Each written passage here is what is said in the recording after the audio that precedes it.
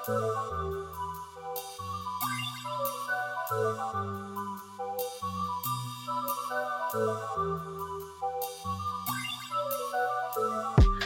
going on, guys? Welcome back to the Expansion podcast, where we download this week's gaming news, and you already know we bring it straight to you. It's episode 59. We got a lot to talk about this week, just like we did last week. Still a lot to talk about as far as this Activision Blizzard deal. But we're here. We're going to talk about games. I'm your boy Black Ice, joined by my co-host Goopmaster Flex. What's going on, bro? You're no stay gooping. Hey, Goopin. And then, of course, we got my guy down low here, Mr. May 25th, 525. God damn it. Yeah. We here talking about some games. We still kind of are in shock. It's been like, almost a week? Nah, close to a week. Still very Tuesday. Feels like it was yesterday. So it basically was yesterday, but the whole industry is still reeling, right? Like there's still news trickling in, conversations to be had, and this, that, and the other. I mean, again, like I said last week, this is something that we're going to be talking about for the whole year. I mean, it's just inevitable.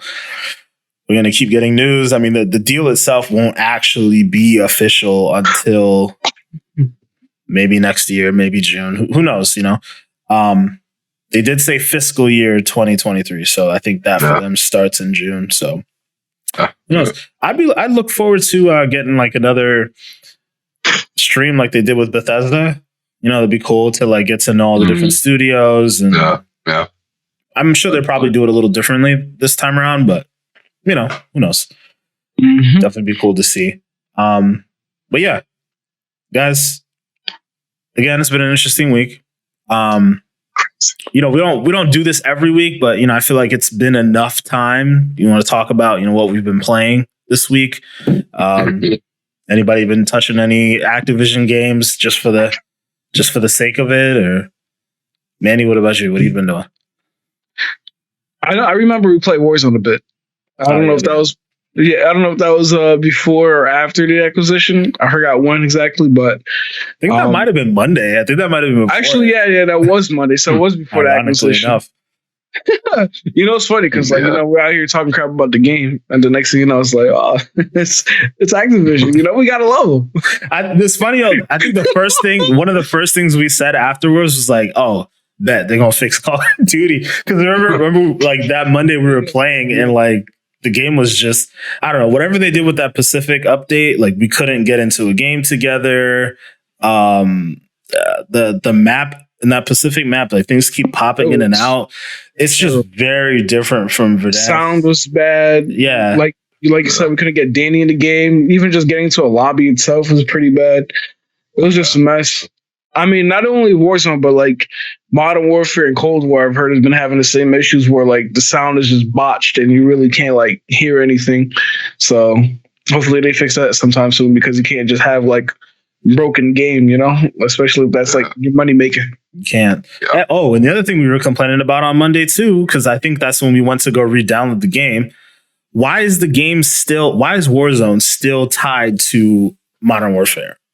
Like it should be its probably what's fucking it up, own download. It should be its own download. There shouldn't be all this extra shit involved. Just give me like the 80 gigs and let it be. Like the fact that I have to download this extra pack and do this and do that, and it's just it's been a mess. The game's been long due for a next gen upgrade and all that kind of stuff, but nope, still tied into Warzone.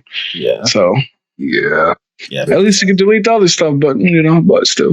That's definitely asking a lot for people to do, though. Like, who wants to go through all your game settings and do all that dumb shit? Like, that's annoying. Exactly. Yeah. That's annoying. Trash. But Chris, what about you, man? What have you been playing this week? I've barely been playing anything. I might have turned Destiny on for like an hour and then turned it back off. I don't know. I've been trying to catch up on a little bit of movies and stuff here and there. I haven't gamed at all, to be honest with you, much. So. It's been a light week for your boy. A very, very light week for your boy. I don't know. I guess I'm kind of just waiting for these next couple months to pass, because that's when like gaming for me in particular, and I'm sure you gentlemen as well, is going to start really picking up. I'm kind of in a weird space where I do need to start streaming and all that stuff again. So I'm going to force myself to play a couple of different games that I've been waiting to play for a while. But in terms of something that's got my blood flowing and just, I can't wait. I don't got that right now. Ain't no game that kind of like gets me excited type of thing. Not currently. So it's funny that you say that because I feel like I'm in the exact same place. And that's exactly why I just randomly picked up Grand Theft Auto Online. I think a couple of our friends this week were like I think they all hopped on and they were getting ready to do a heist or something like that. And I was like, you know what? I haven't fired up this game in forever. Okay, why not? And, not to mention, I've been like grabbing a ton of like free stuff from my Amazon Prime account, like attached to that game. Yeah. So I just had a bunch of stuff stacked up. Like I had all these businesses and offices and buildings and yada, yada, yada just stacked up. I was like, you know what? I should probably just start playing this game. So I think it was Wednesday. It's Wednesday or Thursday. From Wednesday or Thursday up until that, like I've just been playing that game like every day. I don't know what happened. I've just been like addicted to it now. Just been grinding, getting money, getting jobs, getting businesses, got some dope ass cars. Yeah, I don't know. I'm just like, I'm back into GTA out of nowhere. I still think the mechanics are very dated. Just has me more excited for 6, I cannot wait for 6 to come out. I'm also curious. When is this next gen update thing happening? Like, what's going on there? It was supposed to come in November supposedly, and now it's March, I think. Is that confirmed? Yeah, I remember it showing in what is it called, the trailer when Sony had their showcase when they showed like Spider-Man 2 and stuff like that. Okay, all right, March. I believe so, at least. Sorry, maybe it's spring, and I'm thinking March. I'll take it. I mean, that could still be the same. Yeah, it could still be. That's technically the start of. I'm waiting though because the game looked a little jaggedy. You know what I'm saying? I want that 4K 60. It definitely looks a little jaggy. Definitely is. Definitely, it needs that update. I mean, I still think this is one of those things that even if GTA 6 comes out, I still think GTA Online will live on, and like just kind of like we talked about the Warzone. Like Warzone will live on forever. I think GTA Online will live on for a very long time. They may find a way to, if GTA 6 isn't a new location, they'll just find some way to bridge that location. Maybe just like they had what's that heist we were talking about today when we did submarine? Sky Perico. Yeah. So like, what if in theory, like with Cayo Perico, you just have to get a plane or hop on a plane and then you go to a new place that's in GTA 6 and that's the extension of, some expansion pack or something like that. No pun intended. That would be stupid though, because like then you have to get a whole plane. Hey, I mean, you had to get a whole submarine for that heist, right? Yeah, but like, if I'm paying $60 for a game, I don't want to have to buy a whole plane to get to a new island. I'm not saying you necessarily have to buy the plane. Like they could give it to you. It's like, oh, well, if you buy GTA 6, we'll give you the plane.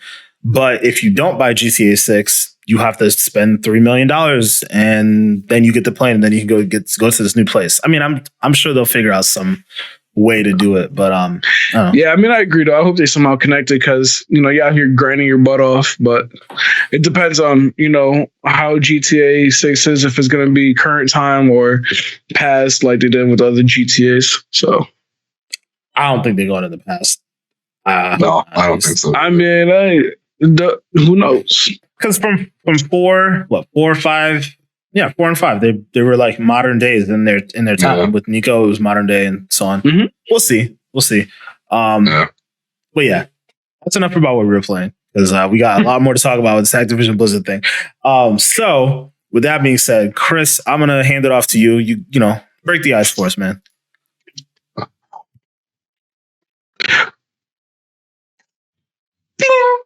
Haven't done that in a long time. Felt good. All right, y'all. This week's icebreaker. We spent a lot of time ragging on Nintendo and some of these other places that kind of like make a lot of games that gear towards the children. However, we don't hate that. We just wish that, it was more of an all-around encompassing thing. So we're trying to come up with what game would be, or what idea for a game would you have if you could make something that can appeal to children and also get the older crowd as well. There's a couple examples that exist in gaming today, but I don't feel like there's a lot of them. A lot of times it's very split down the middle. Or if you are playing a children's game, it's because of the nostalgia factor or whatever the case is. What's a new idea that would bring everybody together? That would get everybody on one page. That would get the 8-year-old, or the 8-year-old just as excited to get on as the 25-year-old. What's that idea? You know what I'm saying? So for me, this is maybe a little bit of cheating because it's technically something that's been done or just wasn't done well. I really think somebody needs to just go ahead and redo the whole superhero MMO thing, because to me that's like a no-brainer. Like it's such a no-brainer. It's not even funny. This is something to me that if done the right way, like I just don't see how this fails. If you put enough customization, enough abilities and different looks and all that kind of stuff, and which we call it vanity items and all that kind of bullshit, put enough of that in the game and then make the world feel alive in a sense, I really feel like this would work. Like the DC Universe game. Mm-hmm.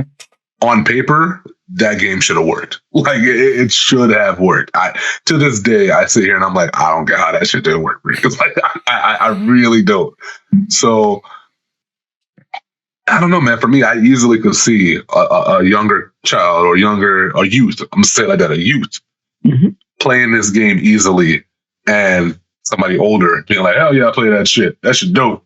I can see that. You know what I'm saying? Especially if they add a lot of the cool stuff, put a lot of the emotes and all the stuff that the kids love and all that stuff, but then also put in a system that literally a completionist or somebody who's really a hardcore player can like dig their teeth into. You know, put all that in the game. I think it's possible with a game like that. But again, that game should have worked. I'm still flabbergasted about that, man. Because you download the game, you try to play it, and it's just complete shit. It's so not it, bro. It's so not it. And yeah, man, there's no reason why this wouldn't work, in my opinion. This superheroes to me is something that I think almost everybody loves, especially in 2022. Really hard for you to mess that up. It's true. So use it. Even if you don't use Marvel or DC, give us the concept of heroes in a sense of abilities and all that stuff, and truly allow us to make our own thing. You could literally strip away all the other bullshit. Maybe even bring them in for like cameos or whatever if you really got them interwoven into storylines, if you can get certain licensing and all that. But you really don't even have to use them. You could get this game over as a superhero MMO without the Marvel or DC tag to it. I really believe that. Absolutely. As long as it looks the right way. Mm-hmm. Yeah, that's just me. That's my answer right there. So mm-hmm. I'm like 1,000% down for that. That would be super dope. I think all three of us would definitely play that. And obviously kids love superheroes, so definitely be in for it. I do think I agree that you don't have to tie like a DC or a Marvel in there, but I don't know. I feel like it might helps. be. It definitely helps. It definitely helps, but also like it could be okay. So let's say, for example, right? Everybody would want to be Spider-Man, right? Mm-hmm. Everybody would want to find a character that's similar to Spider-Man. You can't, without that licensing, you just can't make a character that's like, oh, I just threw up out a web, and then Marvel's not going to be like, or Sony for that matter, is not going to be like, hey, yo, cut that check. Cut the check. What y'all doing? That's our boy. That's our boy Tom right there. What's going on? Give me the money. Man. Like there's no way that's gonna happen. So Sony gonna be like, we already lost Call of Duty. We can't lose Spider-Man either. Oh God. I have nothing left but Spider-Man. We gonna hold on to him, damn it. Oh, kill them all if they try to come for our boy. But like, I can imagine that problem could exist for a couple other heroes, right? Like, what if you have a hero that's a little too much like Superman? Now it's like, oh well, hey, DC like might come for their money. So I think that's probably why nobody's tried that yet. And I mean, obviously, I don't know why DC or Marvel haven't done it yet because I feel like it's just a easy cash cow. But I mean, I guess they probably also were scared of the fact that, like you said, DC Universe should have been a slam dunk, and it wasn't. So maybe stay away from that. I don't know. I mean, I feel like the problem with that is like, obviously when the game came out, it was when like that kind of thing. It was just like, I guess, in a time where it's not like today, where like technology advanced and you can do so much more things now, especially with rigs nowadays and what they can handle. So I could see like why they would be scared, but at the same time, I feel like they should just take a chance nowadays, because I'm sure it definitely would pop up if you have a revamp of a DC universe or even a Spider-Man universe, not Spider-Man, Marvel universe. If I'm Disney, I'm like, yo, this metaverse thing is popping off.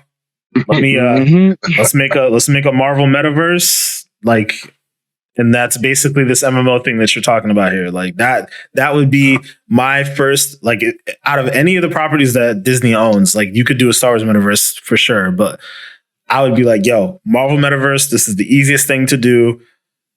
Put it out on all. I mean, I don't know. I don't know how they would work it exactly, but like it would just be like you would just find a way to just make that be like, oh, okay, I can play as this character, and like, yeah, no, they need to figure that out for sure. Disney will leaving a lot of money on the table if they don't try to do something with that. But yeah, definitely.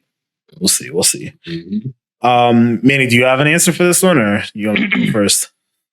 I mean, I got an idea. Like, I don't have an exact game specifically, but I feel like the formulas that do work the most for games that would fit for both adults and children is where you have like, I can't think of the word now. I had the word in my head, but I can't think of it. But you look at games like Roblox and Fortnite, and not only the competitive aspect of the game that keeps people coming back to play to try to be on top to get that victory for like Fortnite, but like one thing that's been striving the most is like Fortnite has these different hubs where you can do different things like speed runs or, maybe prop hunt, build battles, whatever. And same thing with Roblox, where they have like different hubs of games you can do, or you can just chill, relax. I remember even seeing like a TikTok where like they had like this little block party going on inside the house, and somebody was like shooting it up, and I was like, yo, what's going on here? Roblox is like crazy. So I feel like the perfect formula for like a game like that is like maybe a GTA that is not like, like not too violent, but like something like that. And like if you could somehow make a GTA that's like an MMO as well, where you have like this massive multiplayer group of people, like a metaverse kind of game maybe, where it's just like maybe you do jobs, you like how people do role playing, like a lot of people like role playing GTA, like, maybe have like a role playing universe kind of game where, you just go into it, be your personality that you decide to be, and just like chill with your friends, or even just meet new people. Sims. But GTA Online is The Sims. It's funny too, because my wife came in the room the other day when I was playing the game, and she's like, "Oh, I heard you talking about you were like getting like a penthouse and this and doing a job, whatever." It's like, what are you playing? What is this? Is this like Sims? I'm like, no, it's GTA Online. She's like, so yeah, The Sims. I'm like, you're kind of right. Like GTA already is The Sims, and like a metaverse. GTA is 1,000% a metaverse within itself. Like GTA Online, the way that the ecosystem works, and don't even get me started on that, bro. Like that, it was kind of blowing my mind to see how all that stuff worked, like how money works in the game, and like they definitely price things a certain way to not overbalance the economy. And yeah, Rockstar's killing it with that. I didn't really realize that until recently, so I'll give them big ups for that. But yeah, Manny, I mean, it sounds like you're kind of describing basically just a more kid friendly GTA Online. Yeah, like that you would want to bring like adults into as well. Like, one thing that definitely popped up with Grand Theft Auto was the role playing aspect of like these monitors making role playing a thing, and like, honestly, if you just like somehow make that aspect into like an actual game itself, where it's not limited to like only 30 players in the lobby, but you just open up to maybe having like up to 100 players in a world like that, I definitely think it can pop up for both kids and adults. Okay. Yeah, for sure. I like how there's like a metaverse aspect to like both of our answers, both of the answers so far. I think there probably is going to be there's a way you can like twist it for my answer too. I'm going to cheat as well and reference something that already exists. And I'm actually going to theme it along the lines of our Activision Blizzard conversation here. So, Manny, you're probably going to laugh because I think you were in the party when we talked about this game earlier today. But do you guys remember a game from a long time ago called Blur? I remember Blur, yeah. I know you remember Blur, Manny. Chris, you remember Blur? I didn't play it, but I do remember it. All right, it's basically like a more grown-up version of Mario Kart, right? Just bring that back. just bring that back. It would solve exactly what you said. But obviously, you'd want to modernize it a little bit. So my thought would be that you would essentially cross Forza Horizon with Blur. So an open world where you could race pretty much at any point that you want, but you still have those power-ups in the world, and you can kind of just ruin people's days with like a shockwave power up or something like that kind of like freezes your competition or boost or different things along those lines. It's very simple. It's like a very simplistic answer compared to you guys' answers, but Mario Kart's a pretty simple ass game. And people really love it. Adults, kids, grandma, literally everybody loves Mario Kart. It's just a ton of fun. It's very simple. It's like you press one button to go, you press one button to brake, and you press one button to throw out the boost or whatever. And then if you get nice with it, you can start power sliding around the corners and whatnot. But that same concept would attach itself to Blur. Blur is already basically Mario Kart. So if you just find a way to modernize that, like I said, with the open world stuff, I think that could be really, really cool. And again, just in the interest of manifesting things on the podcast, bring back Blur, please. Microsoft, bring back Blur, please. That would be dope. Yeah, it really will be. I like all these answers. I think they were good this week. Like an open world Blur, like Forza Horizon, then you just, Yeah. Maybe. Yeah. Or I'm just probably thinking too much. No, that's exactly what it should be. That's exactly what it should be, man. I want it. Phil, make it happen, bro. Make it happen. Come on, Bree. For real. I mean, with that being said, I'm going to pivot into the topics that we were going to talk about this week. Our boy Phil, he did pretty much come right out and say that, the one big thing that he wants to do with this Activision Blizzard acquisition, whenever it goes down next year, maybe later this year, is that he really does want a number of studios to work on old franchises. He actually did an interview, let's see here, speaking with the Washington Post following the acquisition. And he said, and I quote, "I was looking at the IP list, and I mean, let's go. King's Quest, Guitar Hero." And he said, he's like, "I should know this, but I think they've also got Hexen," which it seems like they do. Hexen was an old game that was made by Raven Studios. He goes on to say, "We're hoping that we'll be able to work with these studios when the deal closes to make sure we have the resources to work on franchises that I love from my childhood and that the teams really want to get to. I'm looking forward to these conversations. I really think it's about adding resources and increasing capabilities." So, that Blur game may come about, but there's some other examples like I think we talked about it last week. So True Crime is one of them. Guitar Hero, Prototype, Spyro. Tony Hawk. You know what? Tony Hawk, I don't consider Tony Hawk dormant. So I feel like it's kind of then again, they stopped that studio from working on new games, right? Or no? Did they? I think so, yeah. Sure. I could be wrong. Who knows? I mean, but again, like even just having that conversation, like the amount of IP that they have to play with is just like it's mind-boggling. it's mind. Yeah, Duff. So yeah, I mean, even knowing the fact that Phil has that in mind, that he wants to, actually dive into this rich treasure chest of things that they can play with when this acquisition finishes. Even Bobby Kotick, he actually had an interview that said something very similar. He said, he hopes that Guitar Hero and Skylanders, those are two of Activision's most lucrative franchises in the past.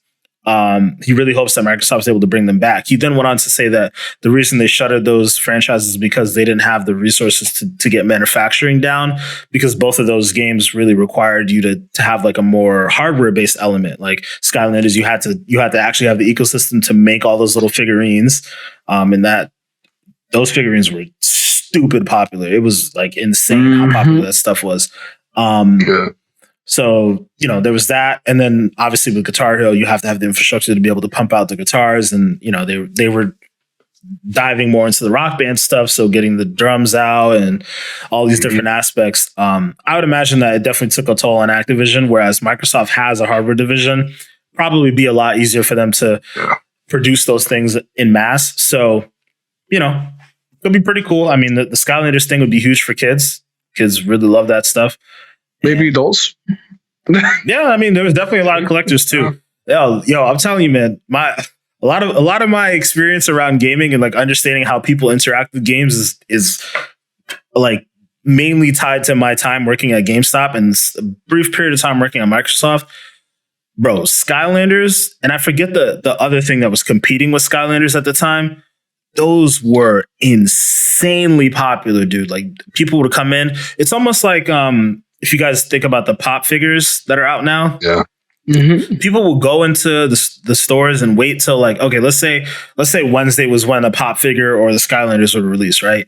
There would always be these like set of people that would come in that day and like browse through it and be like, okay, this one's rare, this one's not rare, this one's rare, this one's not rare, and they just buy them out, and then they would just keep them, and then they would find ways to resell them or whatever it was. Like the resale value on those things were insane, and I don't know, it broke my brain to think about how that worked. It was just like, all right, whatever.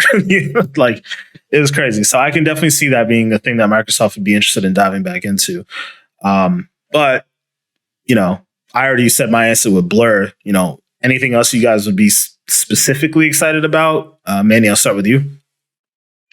Yeah, I mean,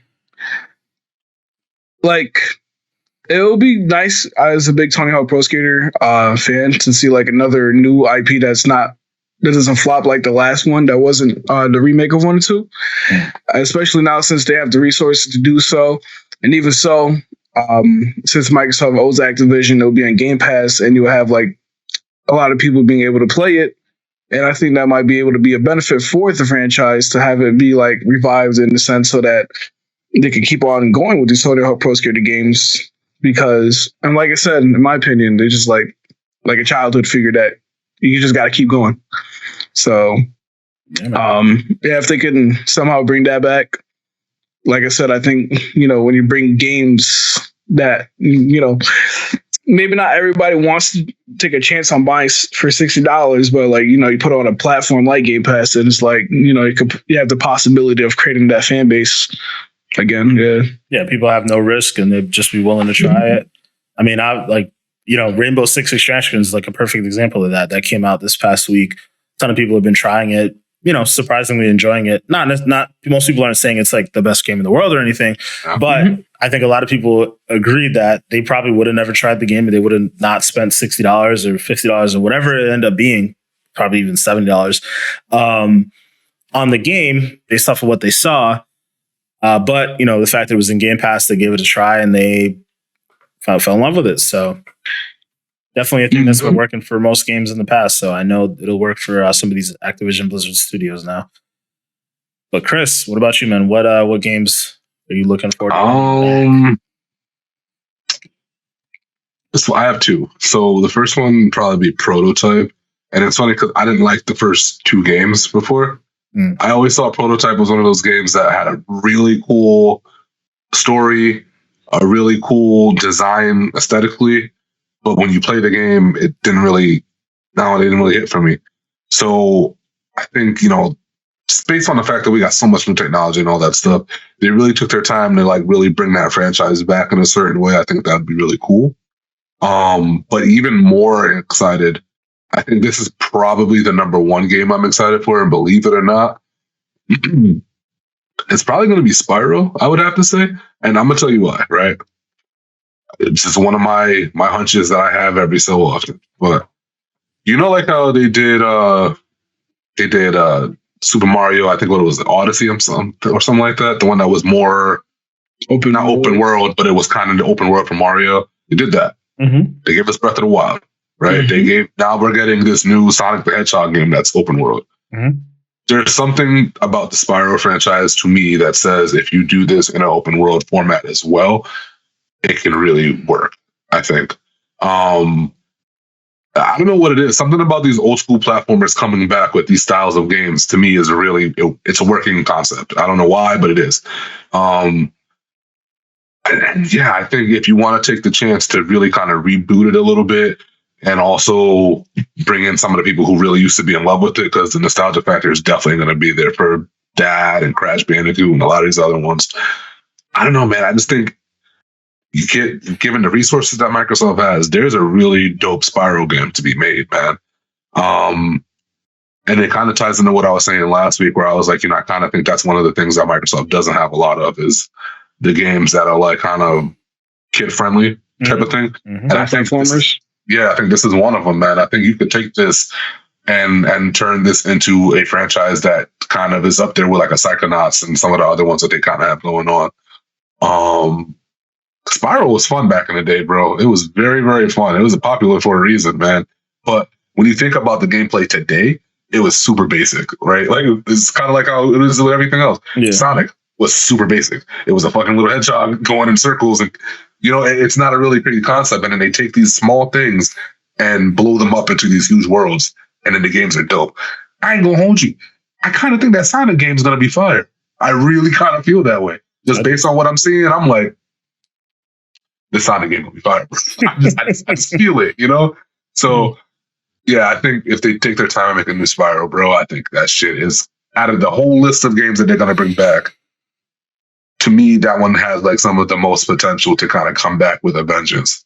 You know what I'm saying? Like that one and maybe Crash Bandicoot, because I know there's a lot of diehard Crash Bandicoot fans out there. Mm-hmm. But even with that game, I don't see that working in the open world facet as good as I do with Spyro. Don't know what it is. I just feel this. There's a lot of things they could tap into in that game, bro, and just expound upon a lot. I feel you. I think honestly, I feel like both. Like when I think about Crash Bandicoot, it's weird. When I think about Crash Bandicoot, I think of Ratchet and Clank for some reason.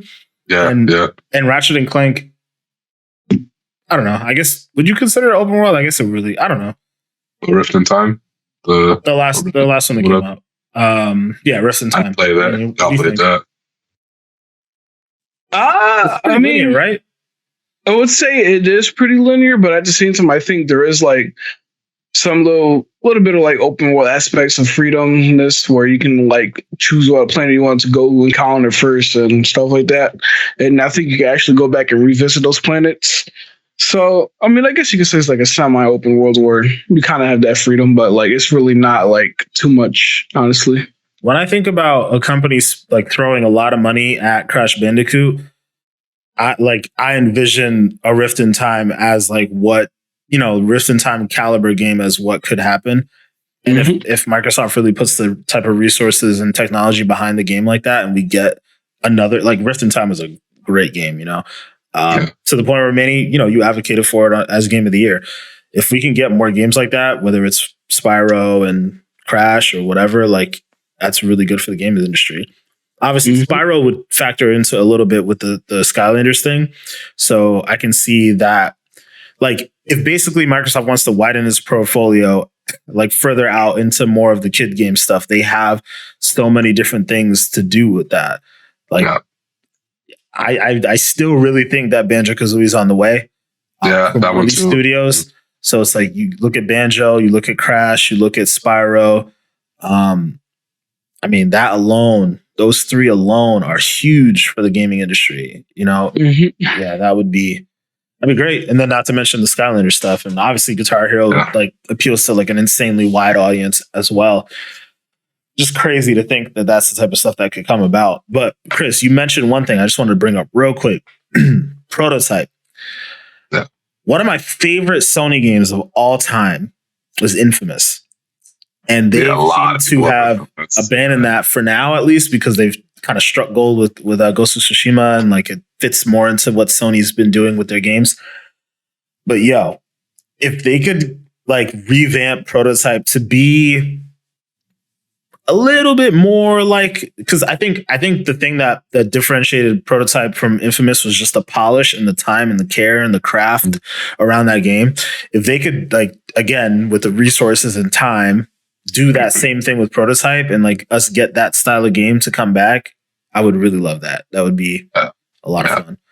Although I felt a little bit of the Infamous vibe when I was playing Miles Morales, and like he, you know, because he has this like electricity punches and all that stuff. I was like, oh, like the electricity looks cool. Like, what if they did Infamous with this? Especially with the technology nowadays. Yep. I'm surprised they haven't actually touched that franchise, even though I understand, like, you know, they did make Ghost of Tsushima, so like, I miss Infamous. Me too. I'm really hoping they don't like.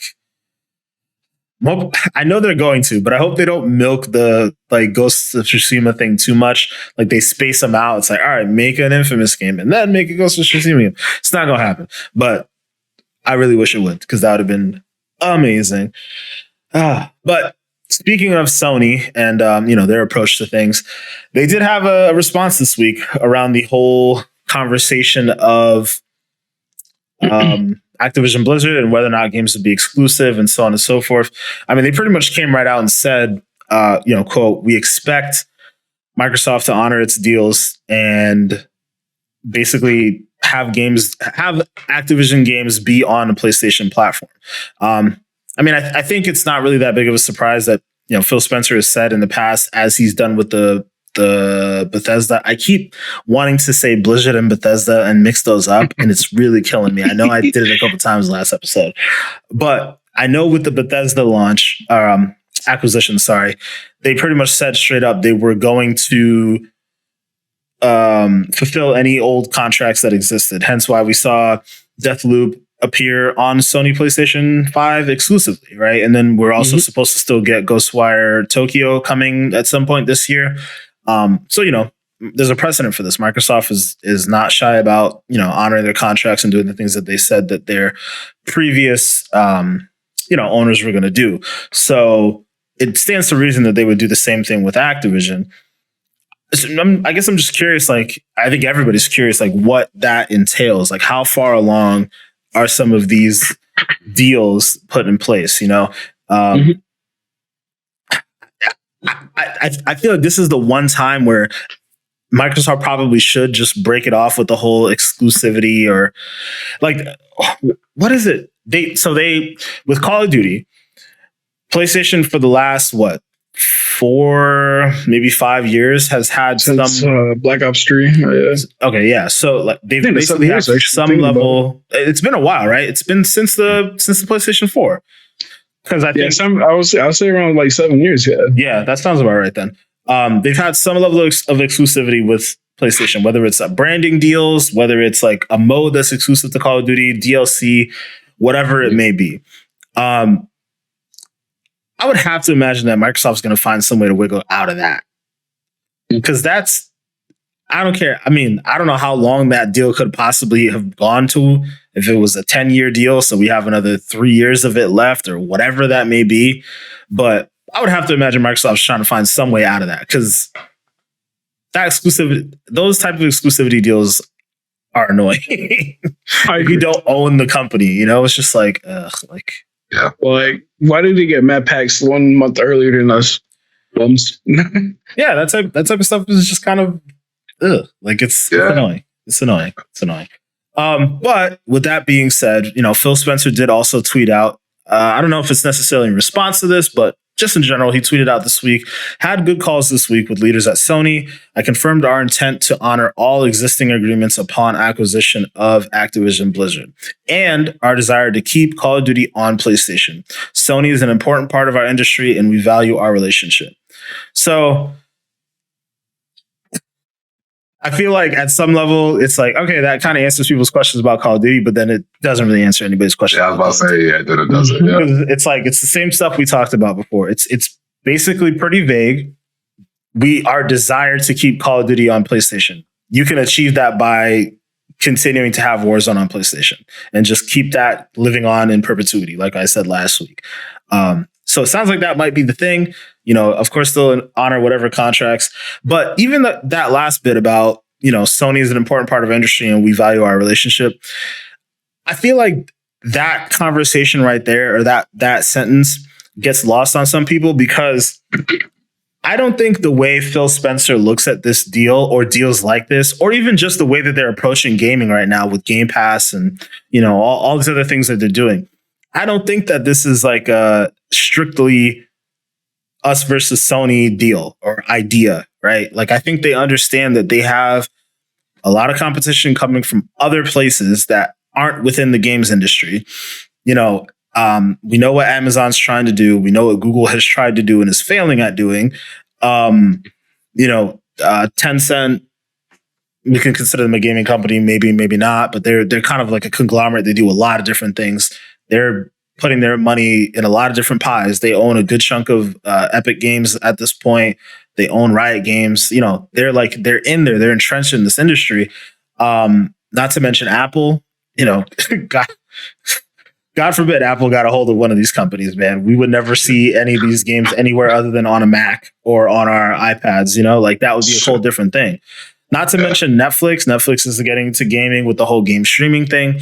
So it's all about acquiring content. And at the end of the day, it might be the best situation that Microsoft be one of those companies that's out there grabbing all those things, because they will still be willing to put their games on PlayStation. They will still be willing to put their games on Nintendo. They're obviously putting their games on PC. They're working to make games available to the widest audience of people as possible. So just something to throw out there, because I think it's getting lost on some people. Like, oh, big bad Microsoft is buying up all these studios. And it's like, well, some of these studios need to get bought. I mean, it's, it came right out, right? Many, we were talking about this before the episode started. Activision Blizzard were the ones that approached Microsoft about this deal in the first place. It's not like Microsoft was just going in all hostile takeover mode on this, just an interesting thing. But to continue on with the Sony conversation, we've been talking about whether or not they'll be making games exclusive, all these different things. Yeah, sure, they're going to honor their previous contracts. Yeah, sure, they have desires to put keep Call of Duty on PlayStation. What about all the other games? What about the next Crash Bandicoot? What about, World of Warcraft, Diablo, Overwatch, True Crime, all those different things? They're probably not coming to the platform. So that begs the question, Phil Spencer's come right out and said, we're willing to put our games on anything that allows Game Pass on it, right? So if PlayStation allows Game Pass, is that even a possibility? Do we think Sony would be willing to do that? I mean, it's obviously not something that they want to do, but at some level, when you crunch the numbers, it might make good business sense, right? People might be more willing to buy a PlayStation if they can play their Call of Duty on there, even if they have to get a subscription for it. So, go around again. And Chris, I want to hear what you have to say first. What do you think about that? It's wild that this is where the conversation is now come to. You know what I mean? It's crazy. They talking about Microsoft as though it's this big bad company that's coming out here trying to steal everything from everybody else. When it's like, nah, bro, you'll keep the same energy you had last year. Last year, y'all motherfuckers was talking about how this was, this is laughable, and how pretty much saying that Microsoft is cute for all their little new things that they're doing, but they still can't hold a candle to big bad Sony. Now that they're making some moves, now people crying. Nah, bro, So I just look at it honestly, I think Microsoft is trying to just even the playing field, but not only that, like you said, they're looking at the gaming thing from other angles. They're not just looking at PlayStation. They're looking at everything else. That's part of the reason as to why the whole forgot the name of the other company that does some of the other mobile stuff. King. Mm-hmm. Yeah. There you go. Yeah, or King. That's people don't talk about that part of this entire deal, and that part of it is ridiculous, because I don't remember the exact number, but from what I had heard, almost, I don't want to say half of the revenue, but a damn near a good chunk of it is because of the King Mobile Gaming. Yeah, so it's people not talking about none of this stuff. They're definitely coming out of this with a plan. I also think a lot of people are not it's like the same delusion from before a little bit. And I hate to say it like that because when people hear the word delusion, it hits their ears hard. And they're like, "You're calling me stupid?" I'm like, "No, I'm not calling you stupid. I'm just like, let's be realistic." You know what I'm saying? This is the same thing we felt when Bethesda was acquired, right? And it came out of your mouth. You said, "Listen, they just spent X billion amount on this thing. You really think they spent all that money for this to be exclusive and for them to play nice?" Point taken. So now we're going to take the same idea and you got to multiply it by like, what, 5 or 6, 7 different times to get to the number we're at now. 10. And then, right, yeah. 10. And you expect that they just put all this money on the table to play nice? Nah, bro. Like, come on, bro. Like, be realistic. They did not just spend $70 billion to not at least have Call of Duty in some sort of exclusive capacity. Maybe they will leave Warzone alone. It probably makes sense to do that. Just like how it does with Minecraft and a lot of these other games. Makes sense to leave some of them on certain platforms. But y'all think that another Modern Warfare is going to get made eventually, and that's going to be on some play nice shit, and we're going to put that on all platforms? You wake up. Like, bro, like, no, it's not going to happen. You know it's not going to happen. They didn't spend $70 billion to do that. And at the end of the day, like you said, maybe they might not want to have to do something like put Game Pass on their stuff. But if they say that's what you got to do, you're either going to have to bend the knee or come up with something that could be Call of Duty, which we know is not happening. So I look at it like Microsoft has a little bit of power here. And Sony is speaking from a nonchalant, it's all right, we got this point of view, when I wish people would wake up and see that no, it's not your decision to make. Like it's you could want this to happen as bad as you want to. It doesn't matter. It's not your decision to make. People were sick when Starfield got announced as exclusive. Sick because they held on to this delusion up until the announcement that they wouldn't do that, bro. Yes, they would. What the hell are you talking about? What? I don't know, man. I just. It's kind of funny to me, but he said it very specifically. Existing deals, existing contracts. He ain't choose words just to choose words. This man Phil know exactly what the hell he's saying. He does. You know what I'm saying? Like, he said it like that on purpose. Like you said, if these little deals run out in a couple years, that's cool. But for people to be sitting here and just expecting them to really want to be nice and play nice and do all this, that's not happening. This is business. This is not happening. I agree. And one other thing I just want to mention real quick before we get to you, Manny. The idea that they're gonna honor existing contracts, right? I mean, we don't know what those contracts look like. But let's say in theory, the contract said, okay, we know Call of Duty comes out with a game every year. So again, we know that from 7 years ago, that's when this whole exclusivity thing seemed to have started. Let's say that in theory, 10 years was the deal, right? That was what we had said was the deal, right? We already know that the developers of Call of Duty are kind of sick of the whole annualization thing. We already know that Microsoft probably doesn't want to do the whole annualization thing because you would have multiple shooters kind of collapsing on themselves. So let's say we did go the whole 3-year structure with a Halo, a Gears of War, and a Call of Duty. Let's say after this next Call of Duty that comes out and then the deal gets finalized, we don't get another Call of Duty for 3 years. Now it's like, oh, all right, the deal's expired. The next Call of Duty drops after the deal's done. It doesn't have to be exclusive to PlayStation. Again, just a theory. And in a way, kind of an interesting move, an interesting chess move. Some would say kind of a snake move, but whatever. It is what it is. Now Microsoft's essentially wiggled themselves out of that contract because they didn't make a game for 3 years. I mean, we're definitely making assumptions about how this contract may have been worded, but I can see that being a thing. We already know that the developers themselves don't want to continue to make a Call of Duty game every single year. So let's say now we break it off. There's just Infinity Ward, right? Only Infinity Ward is responsible for making Call of Duty games. Treyarch could go make their dope ass zombie game because they're really good at making zombies within the Call of Duty universe. Raven Software can go make their game. Sledgehammer could go make their game. Toys for Bob could go make their game. Like, everybody's happy now, in a sense. And then also, like, we don't have to worry about giving Sony, fulfilling this contract that we supposedly have with Sony. Like, we can just keep Warzone existing as it is, and that lives on PlayStation, that lives on PC, and eventually it'll probably get on Switch if they can figure out how to make that work. Just a theory. Just throwing it out there. People will be pissed, but hey, fuck it. It is what it is. It is what it is. And we get some better Call of Duty games as a result. All right, Manny, but what's your take on the whole Game Pass on PlayStation thing? What's going on? All I gotta say is I'm throwing hands with you, Denzel. That was my whole take. Oh, damn. I had it all scripted in my mind. I was like, okay, so I was gonna say that this next Modern Warfare could be the last Call of Duty that Sony has, because and then you said it. I was like, I'm sorry. Hands, bro. But like, I gotta echo what Denzel said. This could very be the last Call of Duty that comes on PlayStation that is not Warzone, because Microsoft has the power now. They hold, Activision, and honestly, it's about time that you stop annualizing the game, because it's getting boring. You're coming back to the same thing that everybody hates.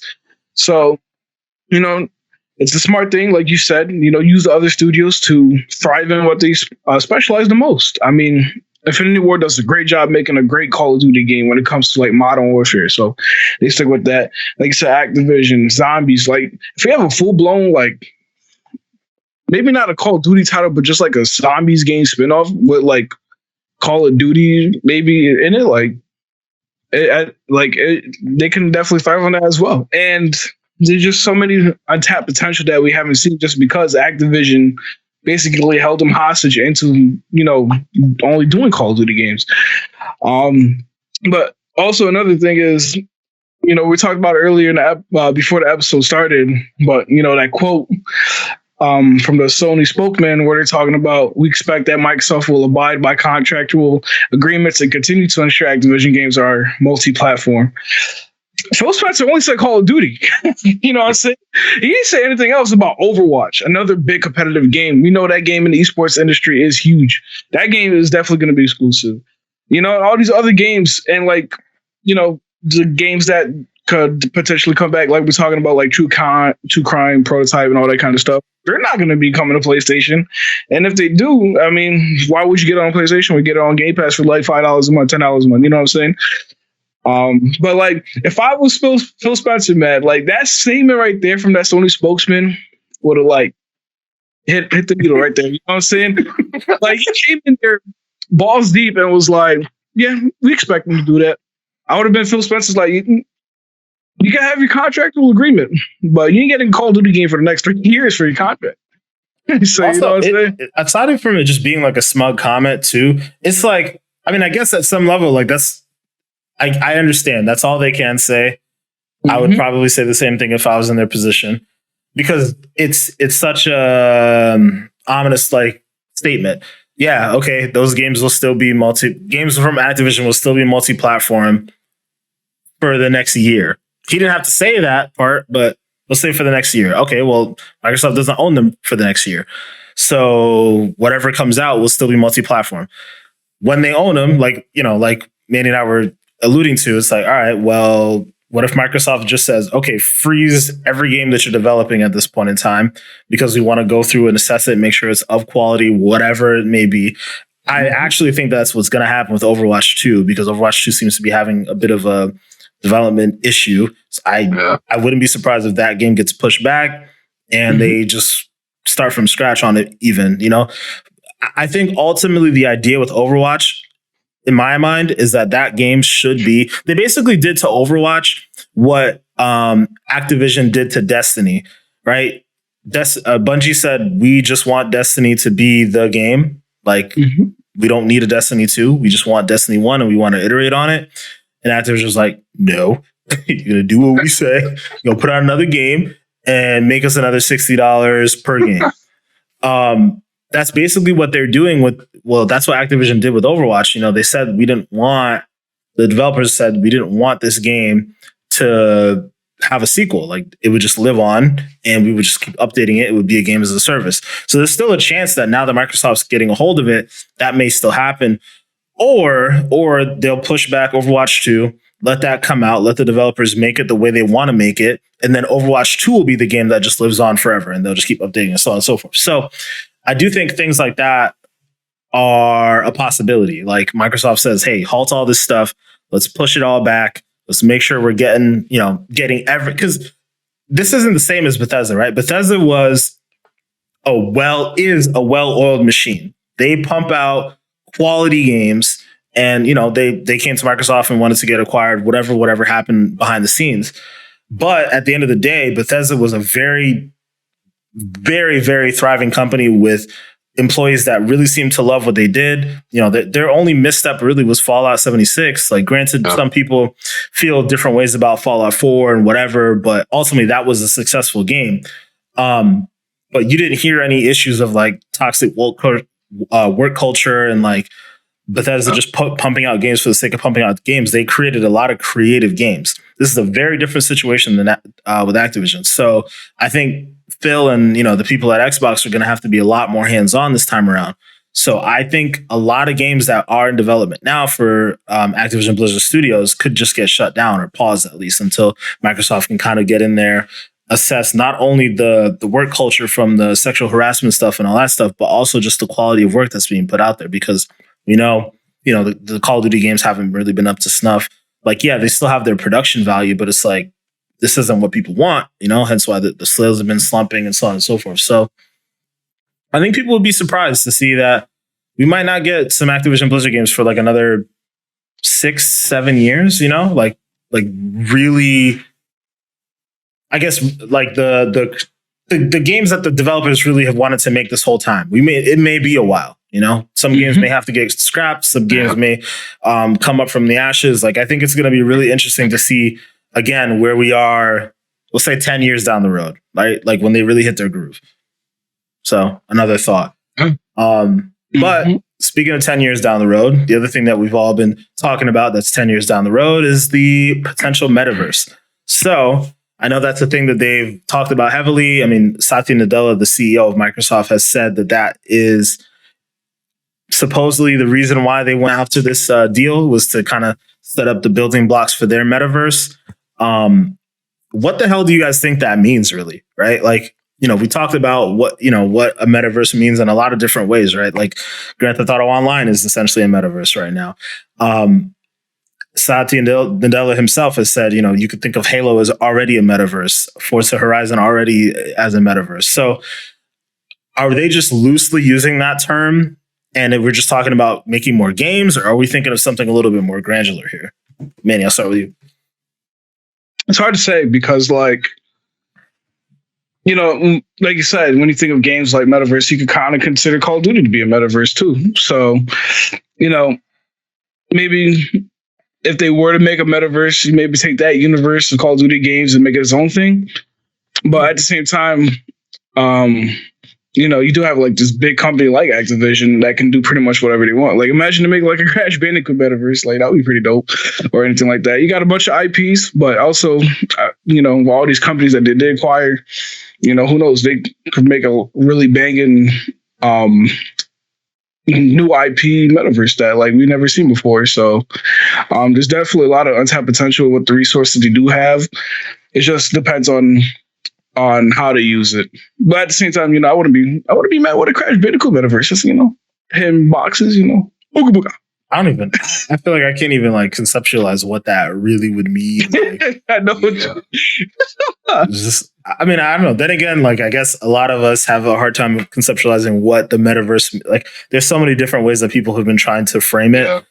And I guess that's probably a good thing, right? Like, it in essence, maybe it shouldn't just be one thing that we can all wrap our heads around. Like with any forward-thinking technology, it's something that's different, and I guess would change the way we interact with entertainment and media and whatnot. So it's probably a good thing that we don't fully understand it yet. And I'm sure it's Microsoft.